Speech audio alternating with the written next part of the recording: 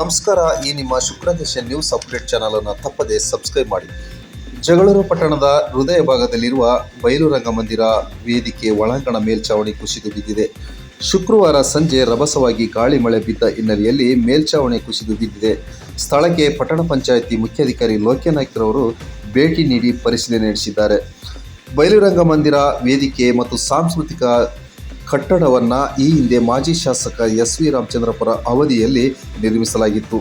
ಈ ವೇದಿಕೆಯಲ್ಲಿ ಅನೇಕ ರಂಗಕಲೆಗಳು ಮತ್ತು ವಿವಿಧ ರಾಷ್ಟ್ರೀಯ ಹಬ್ಬಗಳ ಆಚರಣೆ ಕಾರ್ಯಕ್ರಮಗಳು ಮತ್ತು ವಿವಿಧ ಕಾರ್ಯಕ್ರಮಗಳು ನಿರಂತರವಾಗಿ ಜರುಗುವ ವೇದಿಕೆಯಾಗಿದ್ದು, ಈ ವೇದಿಕೆಯನ್ನು ಸರಿಯಾದ ರೀತಿ ಸಂಬಂಧಿಸಿದ ಅಧಿಕಾರಿಗಳು ನಿರ್ವಹಣೆ ಮಾಡುವಲ್ಲಿ ವಿಫಲರಾಗಿದ್ದಾರೆ. ಇಂಥ ಭವ್ಯ ಕಟ್ಟಡದ ವೇದಿಕೆಯನ್ನು ಎಷ್ಟು ದಿನದೊಳಗೆ ಅಧಿಕಾರಿಗಳು ಸರಿಪಡಿಸುತ್ತಾರೆ ಎಂಬುದನ್ನು ಕಾದು ನೋಡಬೇಕಾಗಿದೆ.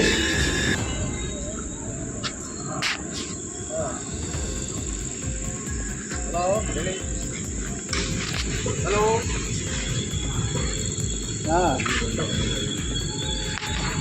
ಏನು ನಾಳೆ ಬಂದೈತೆ ನೀವು ಕೂಡ